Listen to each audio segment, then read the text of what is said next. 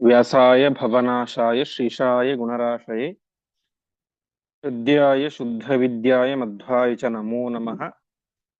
नारायणाय परिपूर्णगुणार्णवाय विश्वोदय स्थितिलयो नीतिप्रदाय ज्ञानप्रदाय बुधासुरसौख्यदुःखसत्कारणाय वितताय नमो नमस्ते। श्रीगुरुभ्यो नमः। हरि ಓಂ।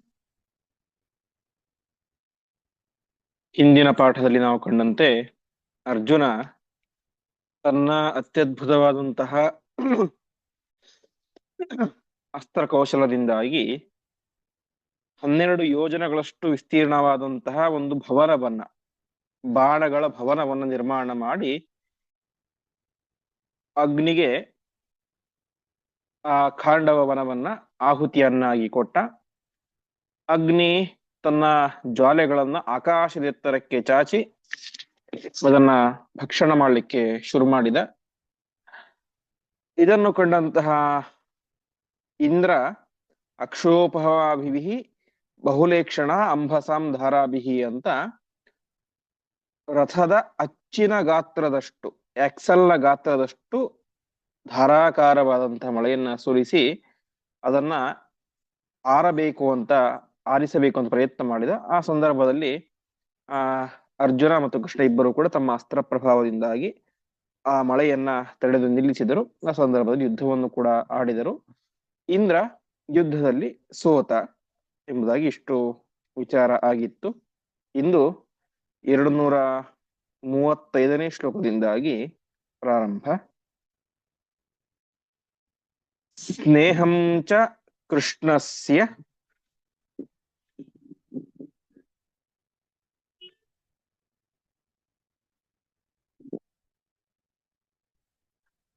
ಸಮರ್ಜುನೇ ಧೃತಂ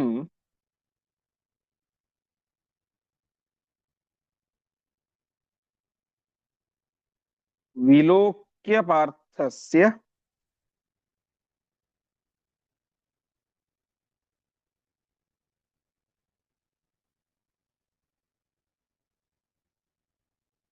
ಬಲಂ ಚ ತಾದೃಶಂ.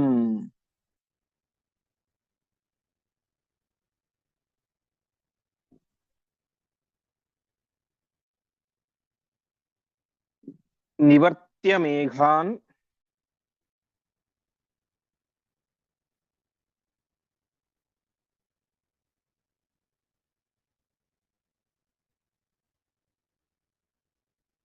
ಅತಿತುಷ್ಟ ಚಿತ್ತಃ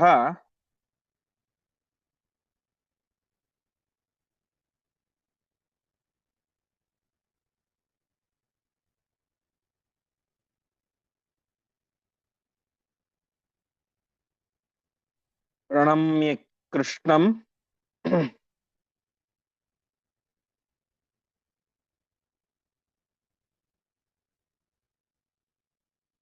ತನಯಂ ಸಮಾಶ್ಲಿಷತ್.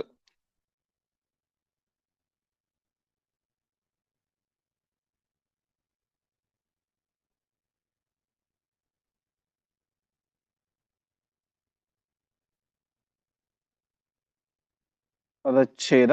ಸ್ನೇಹಂ ಚ ಕೃಷ್ಣಸ್ಯ ತಂ ಅರ್ಜುನೆ. ಕೆಲವೊಂದು ಪಾಠದಲ್ಲಿ ತದಾರ್ಜುನೆ ಅಂತ, ತದಾ ಅರ್ಜುನೆ ಅಥವಾ ತತ್ ಅರ್ಜುನೆ ಅಂತಿದೆ. ಧೃತಂ ವಿಲೋಕ್ಯ ಪಾರ್ಥಸ್ಯ ಬಲಂ ಚ ತಾದೃಶಂ ನಿವರ್ತ್ಯ ಮೇಘಾನ್ ಅತಿತುಷ್ಟಚಿತ್ತಃ ಪ್ರಣಮ್ಯ ಕೃಷ್ಣಂ ತನಯಂ ಸಮಾಶ್ಲಿಷತ್.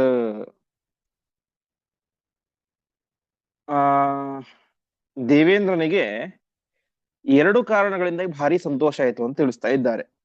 ಒಂದು ಕಾರಣ, ಅರ್ಜುನೆ ಧೃತಂ ಕೃಷ್ಣಸ್ಯ ಸ್ನೇಹಂ, ಅರ್ಜುನನಲ್ಲಿ ಕೃಷ್ಣ ಧೃತ ಇಟ್ಟಂತಹ ಅಪಾರವಾದಂತಹ ಪ್ರೀತಿ. ತನ್ನ ಮಗನಾದಂತಹ ಅರ್ಜುನನನ್ನ ಕೃಷ್ಣ ಎಷ್ಟು ಪ್ರೀತಿಸ್ತಾ ಇದ್ದಾನೆ ಅಂತ ಅವನ ಸ್ನೇಹವನ್ನು ಕಂಡು ಭಾರಿ ಸಂತೋಷ ಆಯಿತು ಅಂತೆ. ಮತ್ತೆ ಪಾರ್ಥಸ್ಯ ತಾದೃಶಂ ಬಲಂ, ಅರ್ಜುನನ ಆ ಅಪಾರವಾದಂತಹ ಬಲ ಯಾರಿಗಾದ್ರೂ ಸಾಧ್ಯನಾ? ಅಷ್ಟು ವಿಸ್ತಾರವಾದಂತಹ ಕಾಡಿಗೆ, 12 ಯೋಜನದಷ್ಟು ವಿಸ್ತಾರವಾದಂತಹ ಖಾಂಡವ ವನಕ್ಕೆ, ಅದು ಕೂಡ ಯಕ್ಷ ರಾಕ್ಷಸರು ನಾಗಗಳಿರುವಂತಹ ಆ ಕಾಡಿಗೆ ಬಾಣಗಳಿಂದಾಗಿ ಒಂದು ಭವನವನ್ನೇ ನಿರ್ಮಾಣ ಮಾಡಿದ.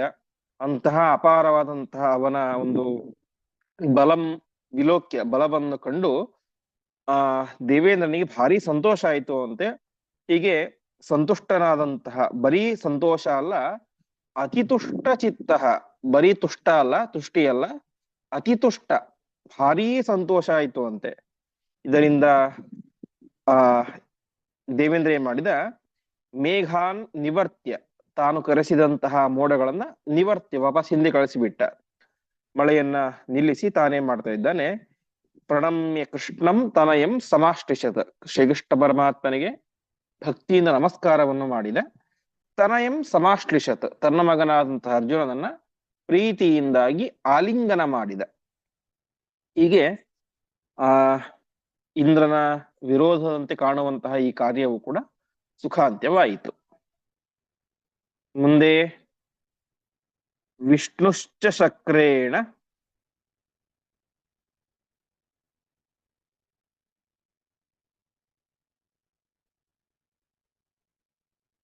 ಸಹೇತ್ಯ ಕೇಶವಂ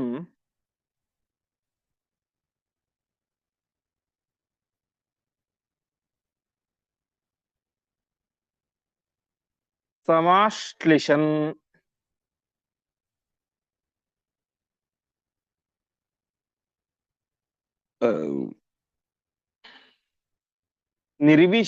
ನಿರ್ವಿಶೇಷೋಪ್ಯನಂತಹ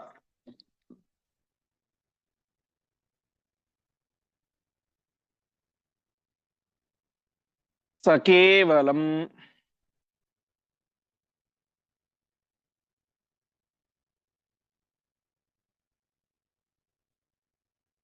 ಕ್ರೀಡಮಾನಃ ಸಶಕ್ರಃ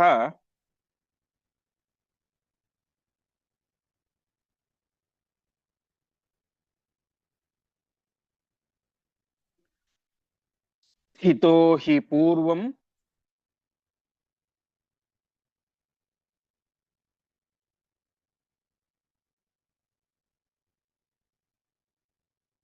ಯುಧೆ ನ ಕಿಂಚಿತ್.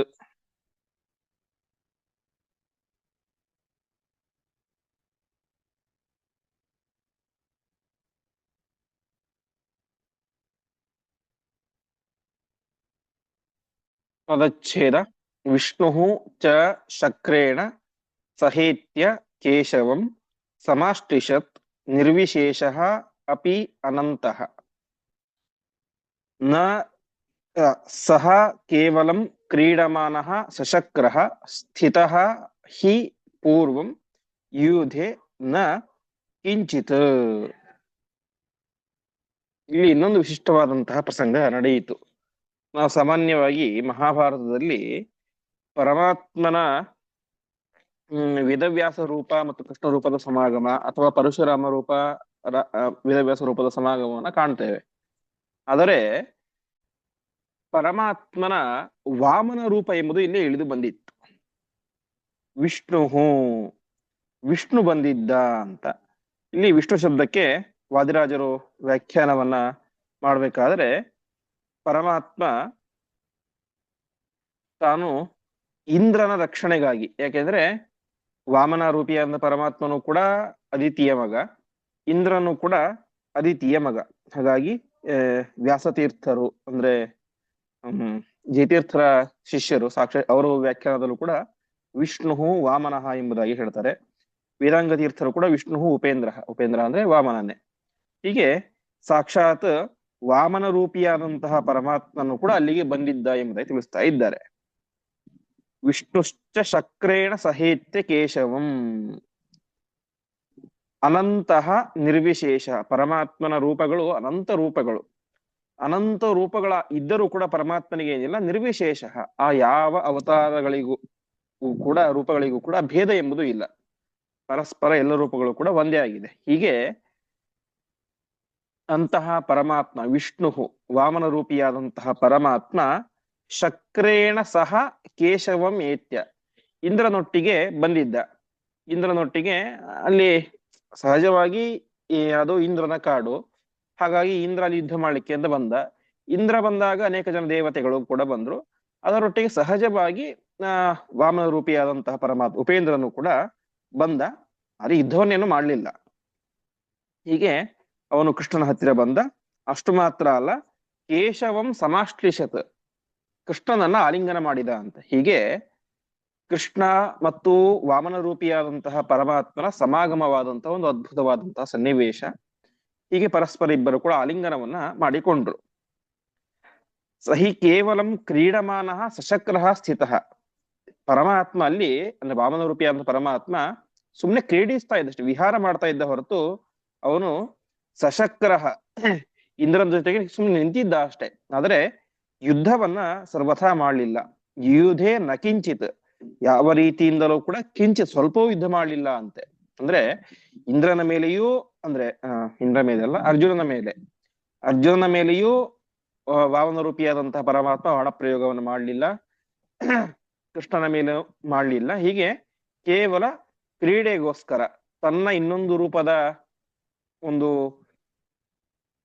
ಯುದ್ಧವನ್ನು ನೋಡ್ಲಿಕ್ಕೆ ಮತ್ತು ಇಂದ್ರನ ಮೇಲೆ ವಿಶೇಷವಾದಂತಹ ಅನುಗ್ರಹವನ್ನು ಮಾಡಲಿಕ್ಕೆ ಆ ವಾಮನ ರೂಪಿಯಾದಂತಹ ಪರಮಾತ್ಮ ಉಪೇಂದ್ರ ಅಲ್ಲಿಗೆ ಬಂದಿದ್ದ ಎಂಬುದಾಗಿ ತಿಳಿಸ್ತಾ ಇದ್ದಾರೆ. ಹೀಗೆ ಕೃಷ್ಣ ಮತ್ತು ವಾಮನ ರೂಪಿಯಾದಂತಹ ಪರಮಾತ್ಮ ಇಬ್ಬರು ಕೂಡ ಪರಸ್ಪರ ಆಲಿಂಗನವನ್ನ ಮಾಡಿಕೊಂಡರು. ಮುಂದೆ ಬ್ರಹ್ಮಾಚ ಶರ್ವಶ್ಚ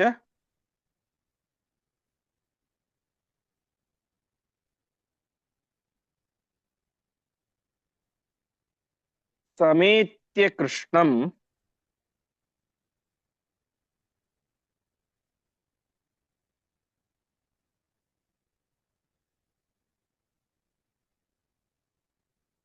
ಪ್ರಣಮ್ಯ ಪಾರ್ಥಸ್ಯ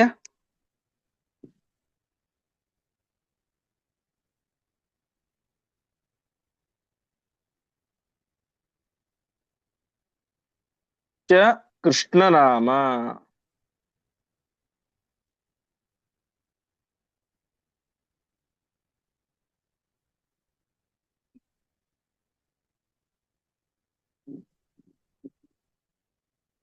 ಸಂಚಕ್ರತುಶ್ಚಾಪಿ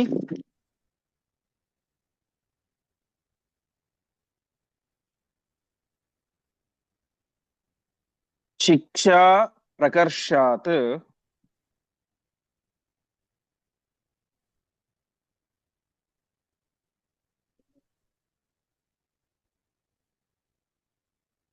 ಚಕ್ರುಶ್ಚ ಸರ್ವೇ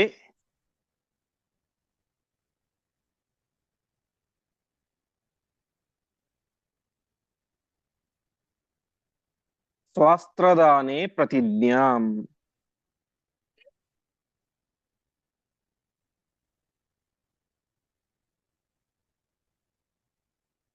ಪದಚ್ಛೇದ. ಬ್ರಹ್ಮ ಚ ಶರ್ವಃ ಚ ಸಮೇತ್ಯ ಕೃಷ್ಣಂ ಪ್ರಣಮ್ಯ ಪಾರ್ಥಸ್ಯ ಚ ಕೃಷ್ಣನಾಮ ಸಂಚಕ್ರತುಃ ಚ ಅಪಿ ಶಿಕ್ಷಾ ಪ್ರಕರ್ಷಾತ್ ಚಕ್ರುಃ ಚ ಸರ್ವೇ ಸ್ವಾಸ್ತ್ರದಾನೆ ಪ್ರತಿಜ್ಞಾಂ. ಆ ಸಂದರ್ಭದಲ್ಲಿ ಬ್ರಹ್ಮದೇವರು ಆಗಮಿಸ್ತಾರೆ ಮತ್ತು ಶರ್ವ ಅಂತ ಹೇಳಿ ರುದ್ರದೇವರು ಅವರು ಕೂಡ ಆಗಮಿಸ್ತಾರೆ. ಎಲ್ಲರೂ ಕೂಡ ಆಗಮಿಸಿ ವಿಶೇಷವಾಗಿ ಕೃಷ್ಣಂ ಪ್ರಣಮ್ಯ, ಶ್ರೀಕೃಷ್ಣ ಪರಮಾತ್ಮನಿಗೆ ನಮಸ್ಕಾರವನ್ನು ಮಾಡ್ತಾರೆ. ಈ ಸಂದರ್ಭ ಇನ್ನೊಂದು ವಿಶಿಷ್ಟ ಕಾರ್ಯ ನಡೆಯುತ್ತೆ. ಎಲ್ಲ ದೇವಾನುದೇವತೆಗಳು ಕೂಡ ಸೇರಿಕೊಂಡು ಅರ್ಜುನನಿಗೆ ನಾಮಕರಣ ಮಾಡ್ತಾರೆ ಅಂತೆ. ಏನಂತ ನಾಮಕರಣ? ಕೃಷ್ಣ ಅಂತ ನಾಮಕರಣ. ಪಕ್ಕದಲ್ಲಿಯೇ ಕೃಷ್ಣ ಇದ್ದಾನೆ. ಆ ಸಂದರ್ಭದಲ್ಲಿ ಅರ್ಜುನನಿಗೇನೆ ಕೃಷ್ಣ ಅಂತ ನಾಮಕರಣವನ್ನು ಮಾಡ್ತಾರೆ ಅಂತೆ. ಪಾರ್ಥಸ್ಯ ಚ ಕೃಷ್ಣ ನಾಮ ಸಂಚಕ್ರತು, ಕೃಷ್ಣ ಎಂಬುದಾಗಿ ಅವನಿಗೆ ನಾಮಕರಣ ಮಾಡಿದರು. ಅವನಿಗೆ ಯಾಕೆ ಕೃಷ್ಣ ಅಂತ ನಾಮಕರಣ ಮಾಡಿದರು ಅಂತ ಹೇಳಿದ್ರೆ, ಶಿಕ್ಷಾ ಪ್ರಕರ್ಷಾತ್. ಕೃಷ್ಣ ಶಬ್ದಕ್ಕೆ ಅನೇಕ ರೀತಿಯಾದಂತಹ ಅರ್ಥಗಳಿದ್ದಾವೆ. ಅದರಲ್ಲಿ ಒಂದು ಅರ್ಥ ಉತ್ಕೃಷ್ಟವಾದಂತಹ ಅಭ್ಯಾಸ ಇರುವುದು ಅಂತ. ಅಂದ್ರೆ ಅರ್ಜುನ ಯುದ್ಧ ಇರ್ಲಿ ಬಿಡ್ಲಿ ಪ್ರತಿನಿತ್ಯವೂ ಕೂಡ ಒಂದಿಷ್ಟು ಹೊತ್ತು ಅಂತ ಶಸ್ತ್ರಾಭ್ಯಾಸಕ್ಕೆ ಅಂತ ಮೀಸಲಿಟ್ಟಿದ್ದ. ಹಾಗಾಗಿ ಅರ್ಜುನನ ಪ್ರತಿಜ್ಞೆ ಹಿಂದೆ ನಾವು ಅನೇಕ ಸಲ ಕೇಳಿದಂತೆ ಉತ್ಕೃಷ್ಟವಾದಂತಹ ಅಭ್ಯಾಸ. ಯಾವತ್ತೂ ಕೂಡ ಅವನು ಪ್ರಾಕ್ಟೀಸ್ ಅನ್ನ ಬಿಡ್ಲಿಲ್ಲ. ಅಭ್ಯಾಸ ಬಿಟ್ರೆ ಎಲ್ಲಿ ತನ್ನ ಆ ಒಂದು ಶಾರ್ಪ್ನೆಸ್ ಹೋಗುತ್ತೆ ಅಂತ ಪ್ರತಿನಿತ್ಯ ನಿತ್ಯವೂ ಕೂಡ ಶಸ್ತ್ರ ಮತ್ತು ಅಸ್ತ್ರಗಳ ಅಭ್ಯಾಸವನ್ನ ತಪ್ಪದೇ ಮಾಡ್ತಾ ಇದ್ದ. ಹಾಗಾಗಿ ಅವನ ಈ ಉತ್ತಮವಾದಂತಹ ಶಸ್ತ್ರಾಭ್ಯಾಸವನ್ನ ಕಂಡಂತಹ ದೇವಾನುದೇವತೆಗಳು ಸೇರಿಕೊಂಡು ಅವನಿಗೆ ಕೃಷ್ಣ, ಉತ್ಕೃಷ್ಟ ಅಭ್ಯಾಸ ಉಳ್ಳಂಥವನು ಅಂತ ನಾಮಕರಣ ಮಾಡಿದರು. ಶಿಕ್ಷಾ ಪ್ರಕರ್ಷಾತ್, ಶಿಕ್ಷಾ ಅಂದ್ರೆ ಅಭ್ಯಾಸ ಅಂತ, ಅದನ್ನು ಉತ್ಕೃಷ್ಟವಾಗಿ ಮಾಡಿದ್ದ. ಹಾಗಾಗಿ ಅವನಿಗೆ ಕೃಷ್ಣ ಅಂತ ನಾಮಕರಣ ಮಾಡಿದ್ರು. ಅಷ್ಟು ಮಾತ್ರ ಅಲ್ಲ, ಸ್ವಾಸ್ತ್ರದಾನೇ ಪ್ರತಿಜ್ಞಾಂ ಚಕ್ರುಹು, ಮುಂದೆ ಸಮಯ ಬರುತ್ತೆ, ಒಂದು ಸಮಯ, ಆ ಸಮಯದಲ್ಲಿ ನಾವೆಲ್ಲರೂ ಕೂಡ ನಿನಗೆ ನಮ್ಮ ನಮ್ಮ ಅಸ್ತ್ರಗಳನ್ನು ಉಪದೇಶ ಮಾಡ್ತೇವೆ ಅಂತ ಎಲ್ಲರೂ ಕೂಡ ಪ್ರತಿಜ್ಞೆಯನ್ನು ಕೂಡ ಮಾಡಿದರು. ಪ್ರತಿಜ್ಞಾಂ ಚಕ್ರುಹು ಅಂತ. ಹೀಗೆ ಅರ್ಜುನ ಎಲ್ಲ ದೇವತೆಗಳ ಅನುಗ್ರಹವನ್ನು ಕೂಡ ಪಡೆದುಕೊಂಡ. ಮುಂದೆ ಅನುಜ್ಞಾತಾಸ್ತೆ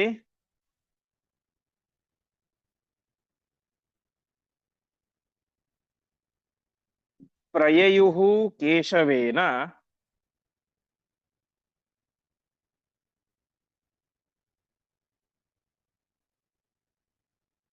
ಕ್ರೀಡಾರ್ಥಮಿಂದ್ರೋ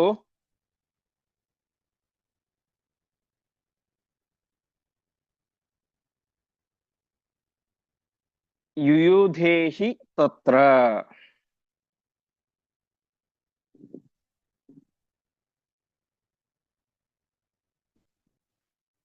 ಪ್ರೀತ್ಯಾ ಕೀರ್ತಿಂ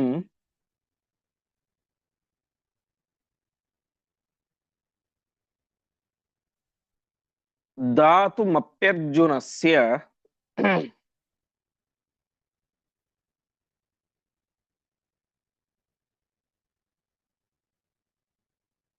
ತತಸ್ತುಷ್ಟಃ ಸಹ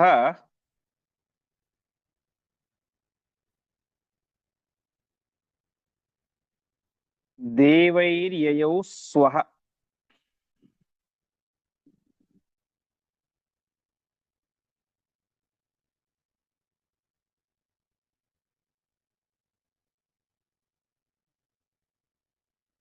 ಪದಚ್ಛೇದ.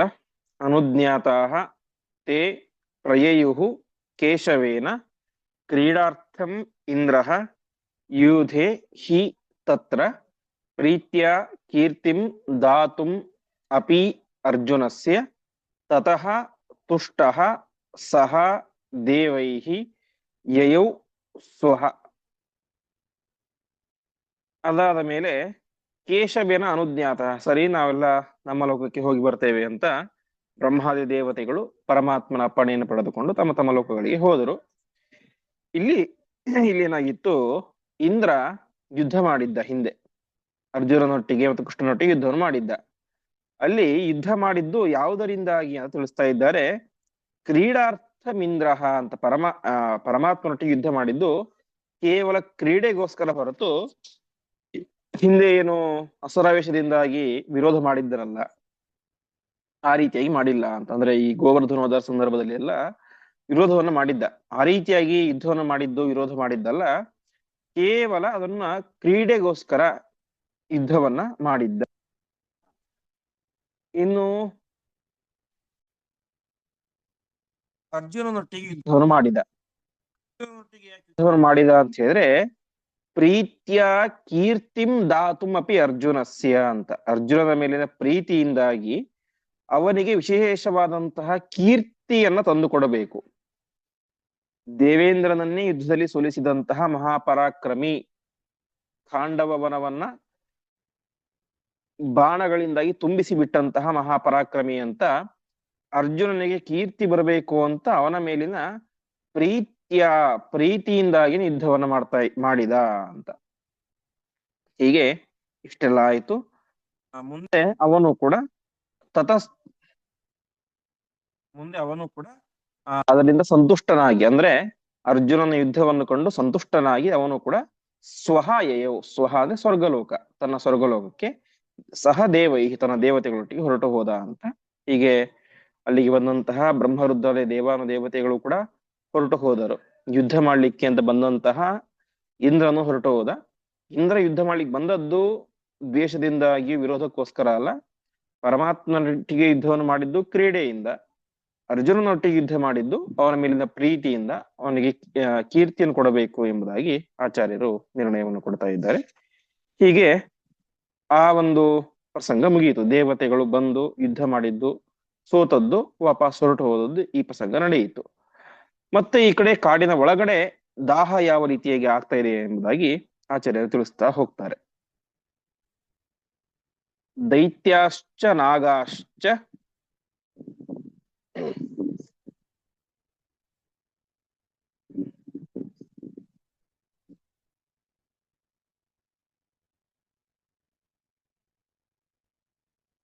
ಪಿಶಾಚ ಯಕ್ಷಾಃ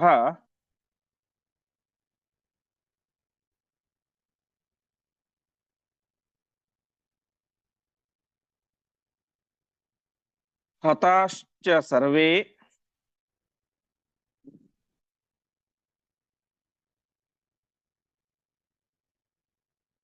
ತದ್ವನಸ್ಥಾಹಿ ತಾಭ್ಯಾಂ.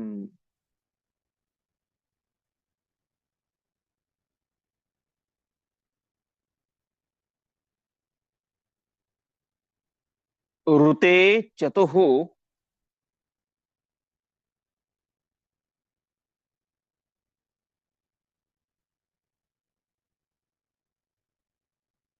ಪಕ್ಷಿಣಶ್ಚಾಶ್ವಸೇನಂ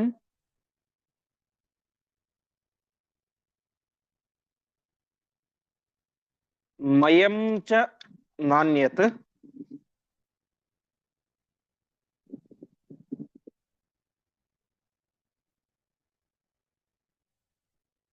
ಕಿಂಚಿದಾಸ ಅತ್ರ ಮುಕ್ತಂ.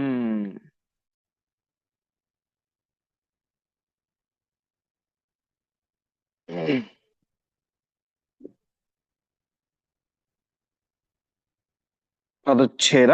ದೈತ್ಯಾಃ ಚ ನಾಗಾಃ ಚ ಪಿಶಾಚಯಕ್ಷಾಃ ಹತಾಃ ಚ ಸರ್ವೇ ತದ್ವನಸ್ಥಾಃ ಹಿ ತಾಭ್ಯಾಂ ಋತೆ ಚತುಃಪಕ್ಷಿಣಃ ಚ ಅಶ್ವಸೇನಂ ಮಯಂ ಚ ನ ಅನ್ಯತ್ ಕಿಂಚಿತ್ ಆಸ ಅತ್ರ ಮುಕ್ತಂ. ಹಿಂದೆ ನಾವು ನೋಡಿದಂತೆ ಅರ್ಜುನ ತನ್ನ ಕೃಷ್ಣ ತನ್ನ ಚಕ್ರದಿಂದಾಗಿ ಅನೇಕ ಅಲ್ಲಿದ್ದಂತಹ ದೈತ್ಯರನ್ನ ಪಿಶಾಚರನ್ನ ಸಂಹಾರ ಮಾಡಿದ ಅಂತ. ಹಾಗೆ ದೈತ್ಯಾಶ್ಚ ನಾಗಾಶ್ಚ ಪಿಶಾಚ ಯಕ್ಷಾಹ ಸರ್ವೇ, ಅನೇಕ ಜನ ದೈತ್ಯರು, ನಾಗರು ಮತ್ತು ಯಕ್ಷರು, ಪಿಶಾಚಿಗೆ ಆ ಕಾಡಿನಲ್ಲಿ ಇದ್ದಂತಹ ಎಲ್ಲರೂ ಕೂಡ ಏನಾದ್ರು ತಾಭ್ಯಾಂ ಹತಾಹ, ಅವರಿಬ್ಬರಿಂದ ಅಂತ. ಅವರಿಬ್ಬರಿಂದ ಅಂತ ಹೇಳಿ ಕೃಷ್ಣ ಮತ್ತು ಅರ್ಜುನ ಅವರಿಬ್ಬರು ಕೂಡ ಸೇರಿಕೊಂಡು ಅಲ್ಲಿದ್ದಂತಹ ಎಲ್ಲರನ್ನು ಕೂಡ ಸಂಹಾರ ಮಾಡ್ತಾ ಇದ್ದಾರೆ. ಸಂಹಾರ ಮಾಡಿ ಆ ಮೂಲಕ ಅಗ್ನಿಗೆ ಆಹುತಿಯನ್ನ ಕೊಡ್ತಾ ಇದ್ದಾರೆ. ಆದ್ರೆ ಅಲ್ಲಿ ಏನಾಯ್ತು, ಎಲ್ಲರೂ ಕೂಡ ಸತ್ತರು. ಅನೇಕ ಪಕ್ಷಿಗಳು, ಮೃಗಗಳು, ಗಿಡ ಮರಗಳು ಎಲ್ಲವೂ ಕೂಡ ಸತ್ತು. ಆದರೆ 6 ಜನ ಮಾತ್ರ ಸಾಯ್ಲಿಲ್ಲ ಅಂತೆ. ಯಾರು ಅಂತ ಹೇಳಿದ್ರೆ ಋತೆ ಚತುಃಪಕ್ಷಿಣ, 4 ಪಕ್ಷಿಗಳು, ಜರಿತಾರಿ, ಸಾರಿಸೃಕ್ವ, ಸ್ತಂಭಮಿತ್ರ, ದ್ರೋಣ ಅಂತ ಅವು 4 ಪಕ್ಷಿಗಳು. ಪಕ್ಷಿಗಳು ಅಂದ್ರೆ ಏನೋ ಸಾಮಾನ್ಯವಾದಂತಹ ಪಕ್ಷಿಗಳಲ್ಲ, ಪಕ್ಷಿಯ ರೂಪದಲ್ಲಿದ್ದಂತಹ ಋಷಿಗಳು. ಅದು ಸಾಮಾನ್ಯ ಋಷಿಗಳಲ್ಲ, ವೇದದ್ರಷ್ಟಾರರಾದಂತಹ ಋಷಿಗಳು. ಋಷಿಗಳಲ್ಲಿ ಅನೇಕ ವಿಭಾಗಗಳಿದ್ದಾವೆ. ಅದರಲ್ಲಿ ವೇದವನ್ನು ಕಂಡಂತಹ ಋಷಿಗಳು ಶ್ರೇಷ್ಠರು ಅಂತ. ಯಾಕೆಂದ್ರೆ ವೇದಗಳು ಅಪೌರುಷೇಯವಾದದ್ದು, ಅದನ್ನು ಯಾರು ಕೂಡ ರಚನೆ ಮಾಡಿದ್ದಲ್ಲ. ಆ ವೇದಗಳು ಆ ಋಷಿಗಳಿಗೆ ಗೋಚರ ಆಗ್ತವೆ. ಯಾರಿಗೆ ಗೋಚರವಾಗ್ತಾವೋ ಆ ಋಷಿ ಆ ಮಂತ್ರಕ್ಕೆ ದ್ರಷ್ಟಾರ ಅಂತ ಕರ್ಸ್ಕೊಳ್ತಾರೆ. ಹಾಗೆ ಈ 4 ಪಕ್ಷಿಗಳು ಕೂಡ ಏನು ಸ್ತಂಭಮಿತ್ರ, ಜರಿತಾರೆ ಅಂತ ಇದ್ವಲ್ಲ, ಈ 4 ಪಕ್ಷಿಗಳು ಮೂಲತಃ ಋಷಿಗಳು, ಪಕ್ಷಿಯ ರೂಪದಲ್ಲಿ ಇದ್ರು, ವೇದ ದ್ರಷ್ಟಾರರಾದಂತಹ ಋಷಿಗಳು. ಆ 4 ಪಕ್ಷಿಗಳು ಆ ಕಾಡಿನಲ್ಲಿ ಇದ್ವು. ಆ 4 ಪಕ್ಷಿಗಳು ಸಾಯ್ಲಿಲ್ಲ. ಮತ್ತೆ ಅಶ್ವಸೇನ ಮತ್ತು ಮಯ ಅಂತ ಇಬ್ಬರು ಇದ್ರು, ಅವರು ಕೂಡ ಸಾಯ್ಲಿಲ್ಲ. ಹೀಗೆ ಈ 6 ಜನರನ್ನು ಬಿಟ್ಟರೆ ಅತ್ರ ನಾಣ್ಯತ ಮುಕ್ತಂ ನ ಆಸ, ಬೇರೆ ಯಾರು ಅಲ್ಲಿ ಉಳಿಯಲಿಲ್ಲ. 6 ಜನರನ್ನು ಬಿಟ್ಟು ಇಡೀ ಖಾಂಡವ ವನವೇನೆ ಭಸ್ಮವಾಗಿ ಹೋಯಿತು ಎಂಬುದಾಗಿ ತಿಳಿಸ್ತಾ ಇದ್ದಾರೆ. ಈ 4 ಪಕ್ಷಿಗಳು ಮತ್ತು ಅಶ್ವಸೇನ ಅವನೊಬ್ಬ ಸರ್ಪ ಮತ್ತು ಮಯ ಅವನೊಬ್ಬ ಶಿಲ್ಪಿ. ಈ 6 ಜನ ಯಾಕೆ ಸಾಯಲಿಲ್ಲ, ಅದಕ್ಕೆ ಕಾರಣವೇನು ಎನ್ನುವಂತ ವಿಚಾರವನ್ನ ಮತ್ತೆ ನಾವು ಮುಂದಿನ ಪಾಠದಲ್ಲಿ ನೋಡೋಣ. ಇನ್ನೊಂದು 6 ಶ್ಲೋಕ ಬಾಕಿ ಇದ್ದಾವೆ. ಇಷ್ಟು ಶ್ಲೋಕ ಪಾಠವಾದರೆ 20ನೇ ಅಧ್ಯಾಯ ಎಂಬುದು ಮುಗಿಯುತ್ತೆ. ಇದರ ಚಿಂತನೆಯನ್ನು ನಾವು ಮತ್ತೆ ಮುಂದಿನ ಪಾಠದಲ್ಲಿ ನೋಡೋಣ ಎಂಬುದಾಗಿ ಹೇಳುತ್ತಾ ಇಂದಿನ ಪಾಠವನ್ನ ಶ್ರೀಕೃಷ್ಣಾರ್ಪಣಮಸ್ತು.